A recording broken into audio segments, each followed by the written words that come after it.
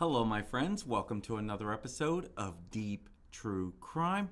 I'm Manny Rodriguez. In today's episode, I want to cover the Anna Walshe story.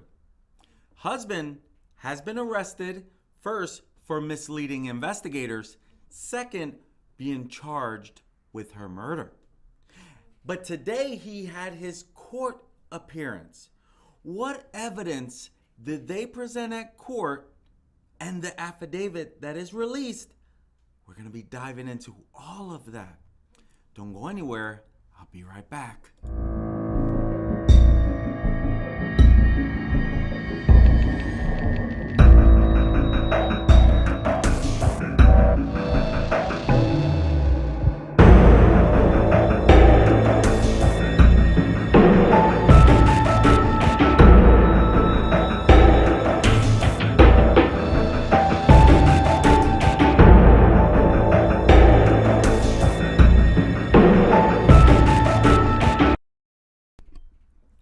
Today, Brian Walshe had his arraignment.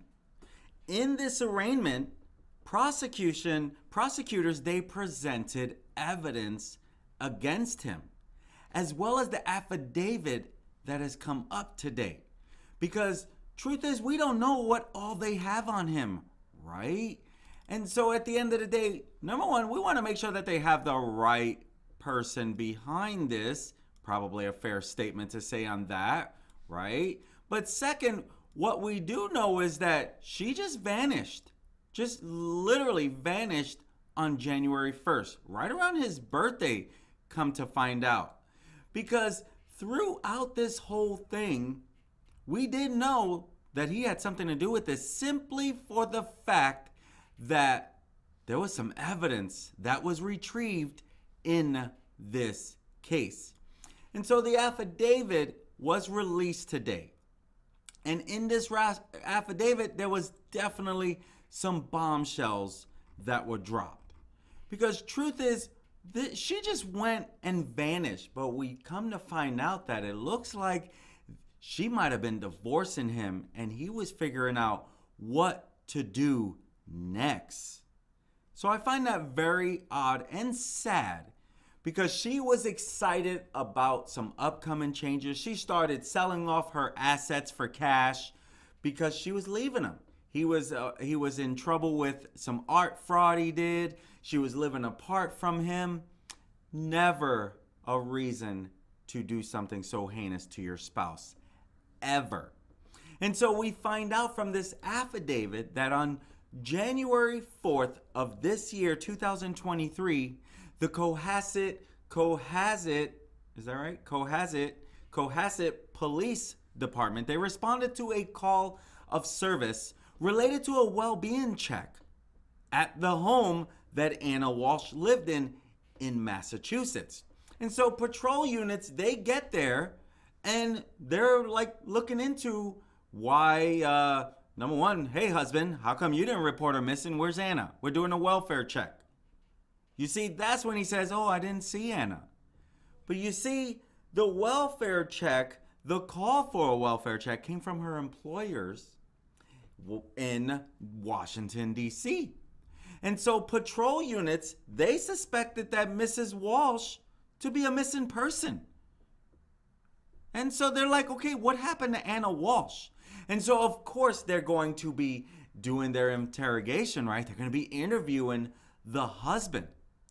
And so one of the detectives who was requested to the scene to assist in the investigation as a member of the Cohasset Police Department's Criminal Investigation Division, he goes there and he's interviewing Mr. Walshe. And so at approximately 6:35 p.m. Eastern Time, the investigator arrives to investigate a missing person, Anna Walshe. And so investigators, they interviewed Brian Walshe multiple times in relation to the disappearance of his wife.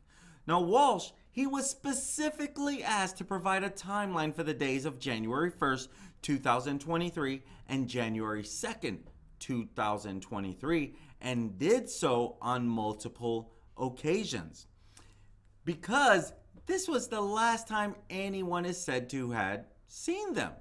Walsh, he said that, he had New Year's Eve's dinner with a friend, Jem, which he and Anna hosted at their home. So I did share that, right? But it's another media outlet. You always got to watch because sometimes they're in a hurry and they even make mistakes, right?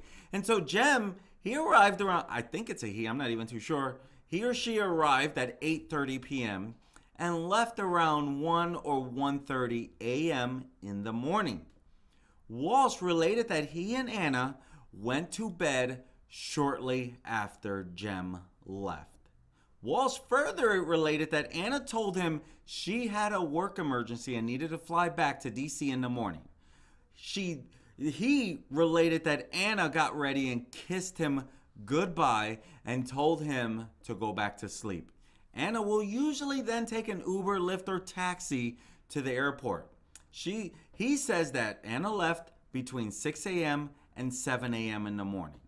And Walsh and Anna, they have 3 children together. Brian, he says that he got up around 7 a.m. and made breakfast for the boys. In the afternoon, a babysitter arrived at the house and Walsh left to run errands at about 3 p.m. Walsh went to Shaw's to get OJ and milk and then came back home. He then left again at about 4 p.m. to see his mother in Swampscott. At the time, Walsh did not have cell phone, so he did not use any GPS. Walsh, he said that he drove to his mother's house through the route that he normally does, leading by Derby Street in Hingham, Route 3 North, Route 93 through Boston. And instead of taking Route 1A, he got lost and took Route 1 and then maybe Route 114. Walsh related the commute should have taken 60 to 70 minutes, but ended up taking about 90 minutes.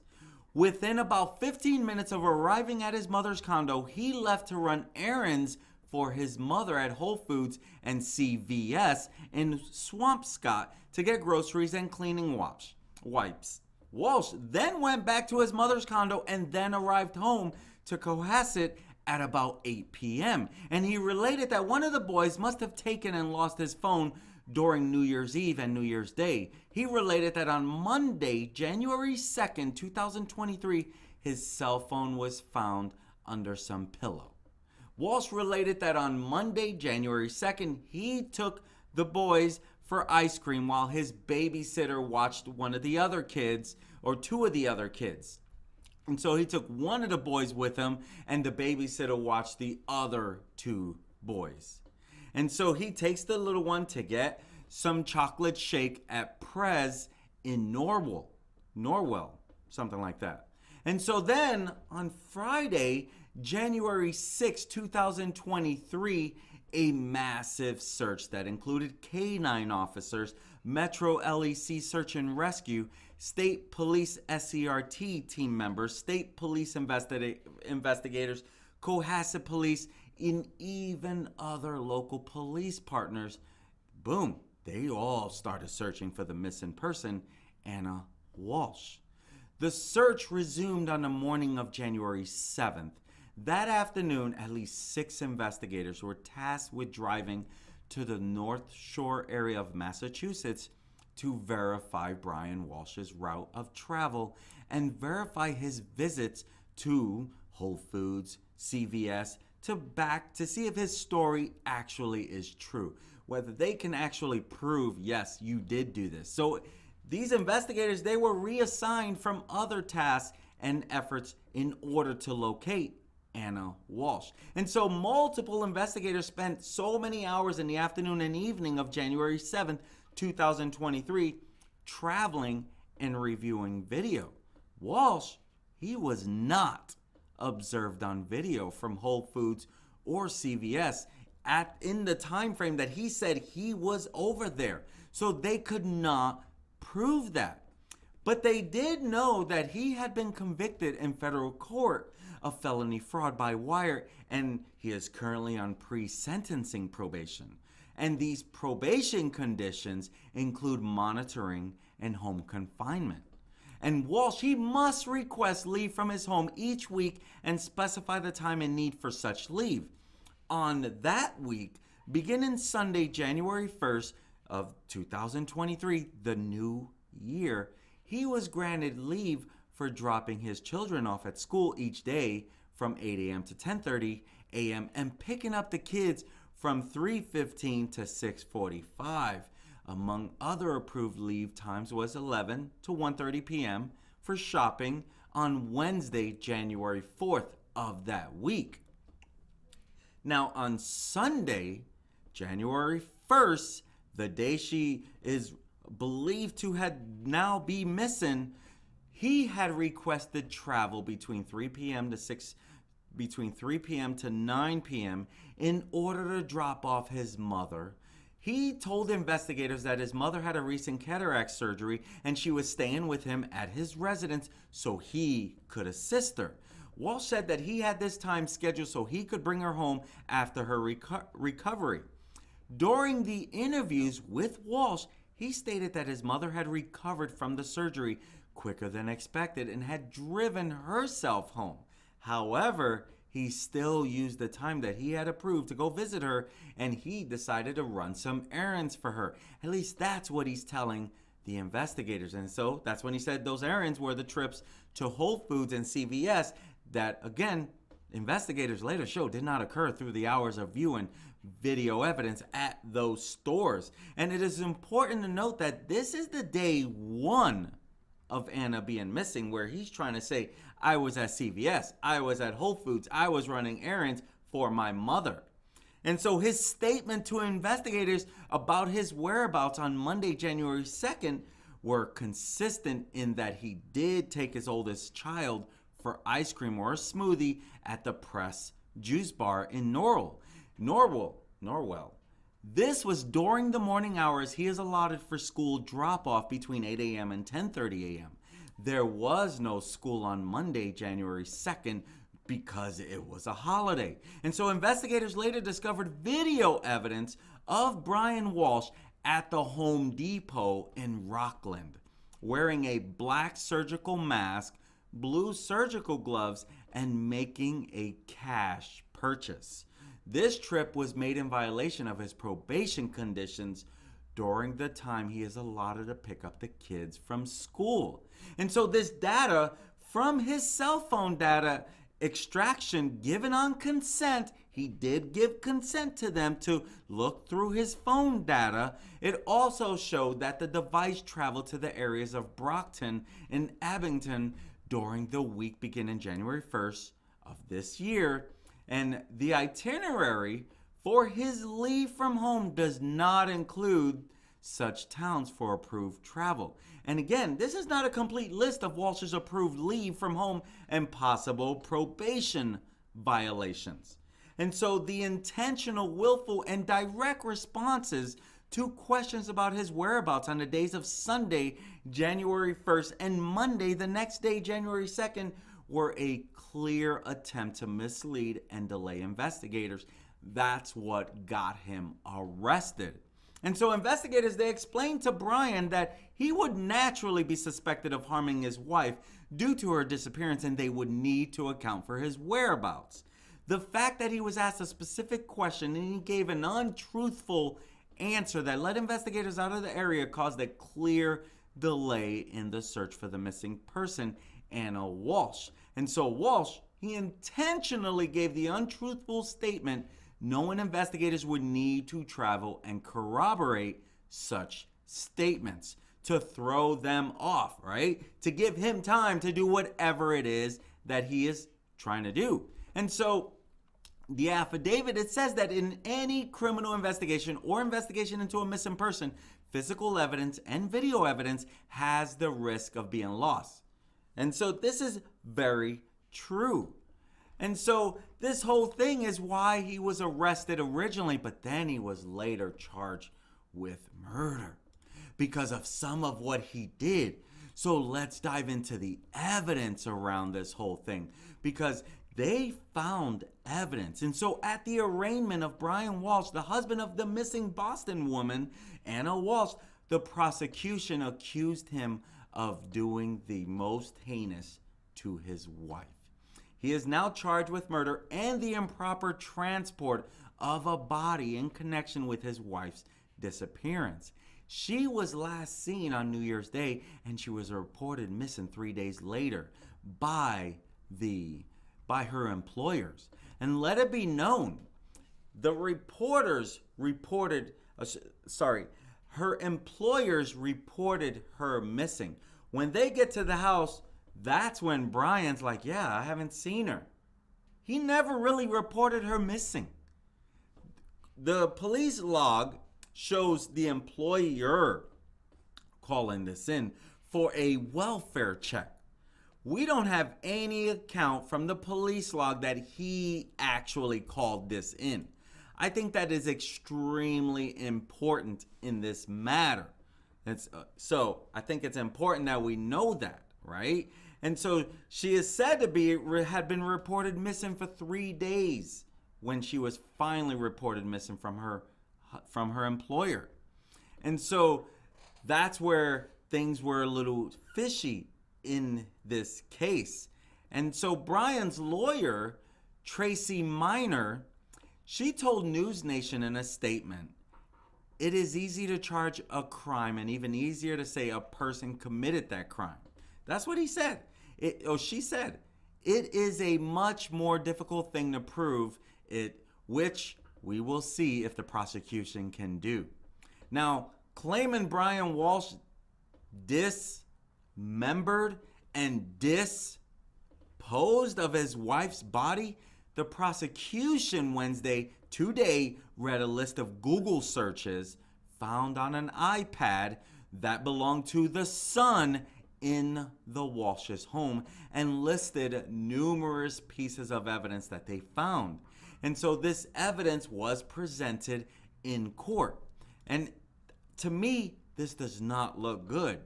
On December 27th, Brian Walshe Googled, what's the best state to divorce a man, or to divorce for a man, which leaves me to believe she was asking for a divorce. What is he going to do now? Was he already thinking about doing the unthinkable to her at this time when he did that? Because we don't see a lot of Google searches till January 1st. That's when it really gets heinous. And I will try to read this in the most respectful way possible. So on January 1st, the day Anna vanished, searches start shortly before 5 a.m. in the morning and are conducted on his son's iPad. And you can see 4:55 a.m. How long before a body starts to, you can see that. 4:58 a.m. How to keep a body from decomposing. 5:20 a.m. How to bind a BODY. 5:47 a.m. 10 ways to dispose of a BODY if you really need to. 6:25 a.m. How long for someone to be missing to inherit? Right? Inherit what? I personally believe one of the biggest motivations behind this, about this guy, is money. He defrauded people through art. He stole $1 million from his own father. He lied on a will. This is not a nice guy. This is not a good guy. I hate to say it like that. This is not a good guy at all. And so it does not look good. And at 6:34 a.m., can you throw away BODY parts? Almost at 9:30, almost 3 hours later, what does formaldehyde do? 9:34, how long does DNA last? 9:59, can identification be made on partial remains? At 11:34, dismemberment and the best way to dispose of a you know what.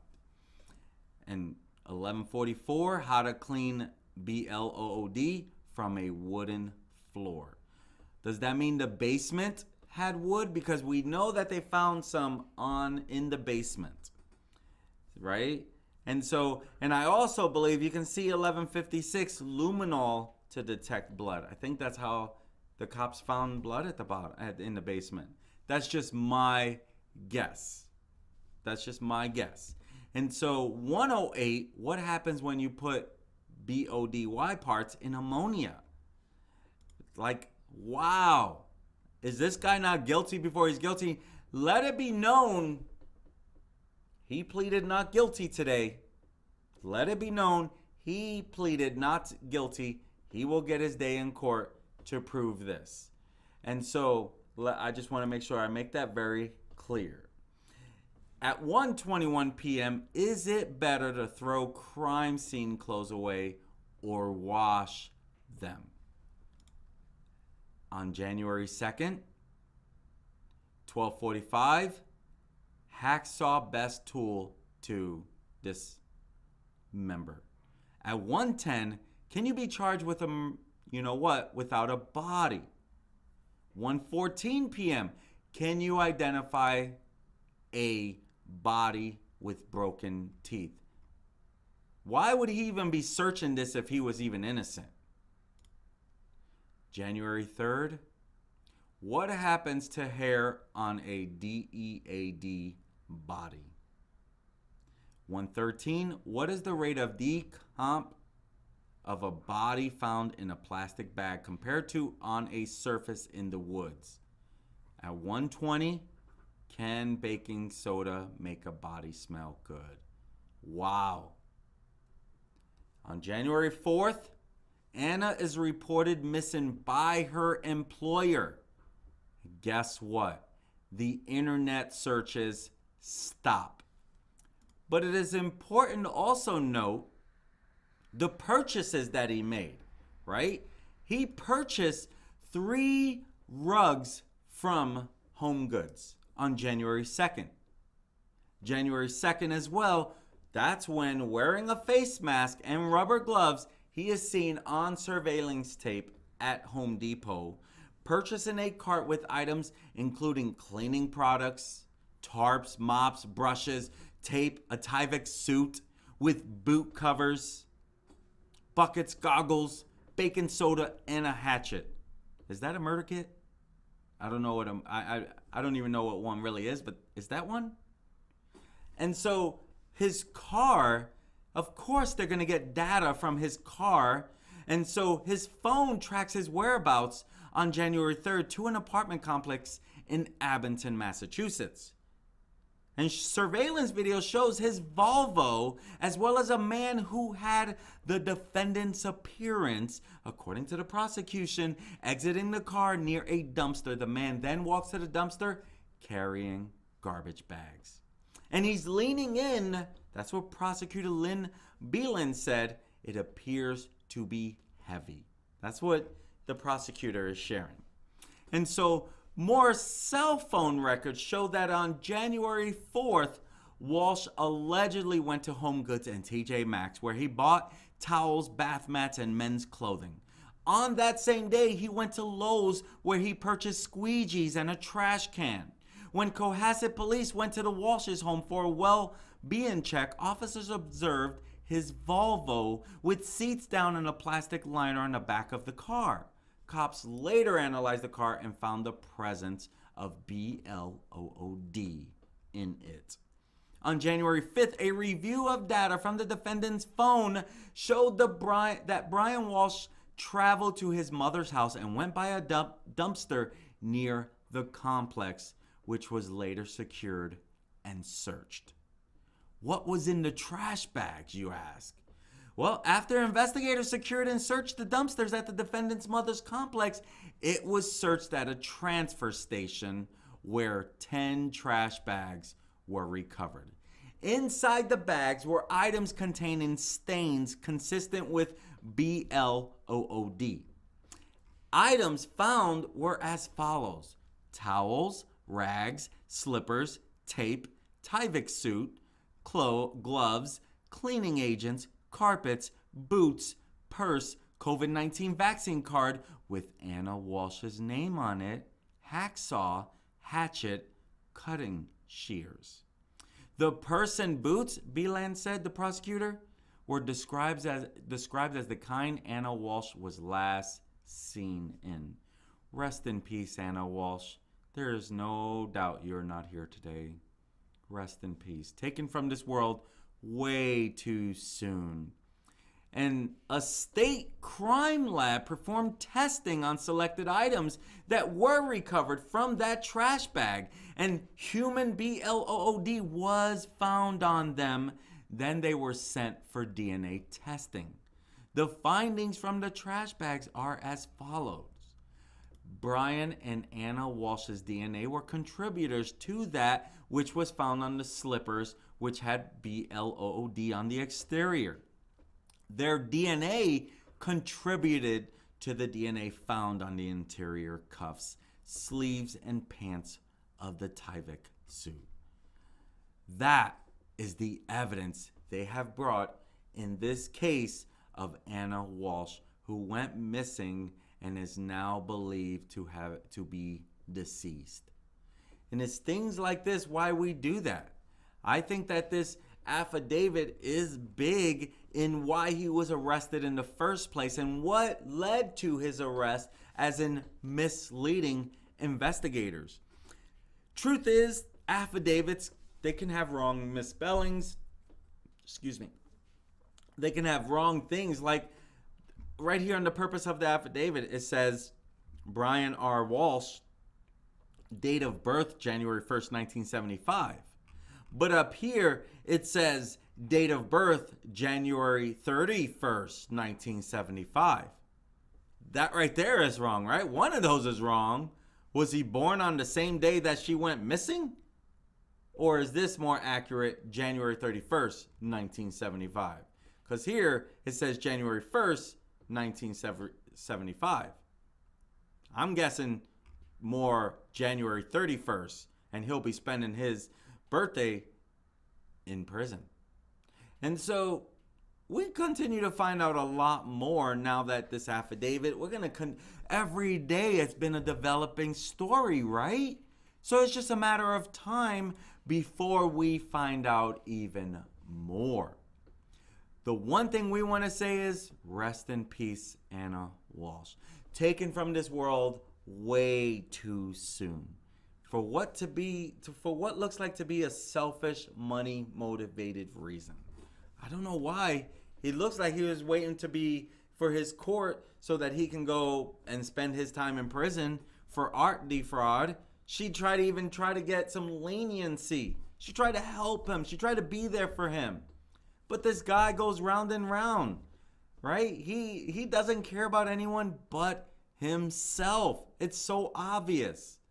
My friends, that's the whole purpose of this. This is not about me. This is about being a voice for the victims. This is about keeping you aware of what could go wrong in this crazy world we live in. Rest in peace, Anna Walsh. If this is the type of content you like to follow, hit that subscribe button. Click on that like. That way YouTube knows, hey, there's some value here. Show it to more people. It's kind of how the algorithm works. But truth is, we just want more eyeballs on this story. Whether it's my channel or someone else's channel, Anna Walsh deserves justice. Without a shadow of a doubt, my friends. Right? I'm sure a lot of you would agree with me on that. Hey, I'm Manny Rodriguez. This has been another episode of Deep True Crime. Until next time, my friends.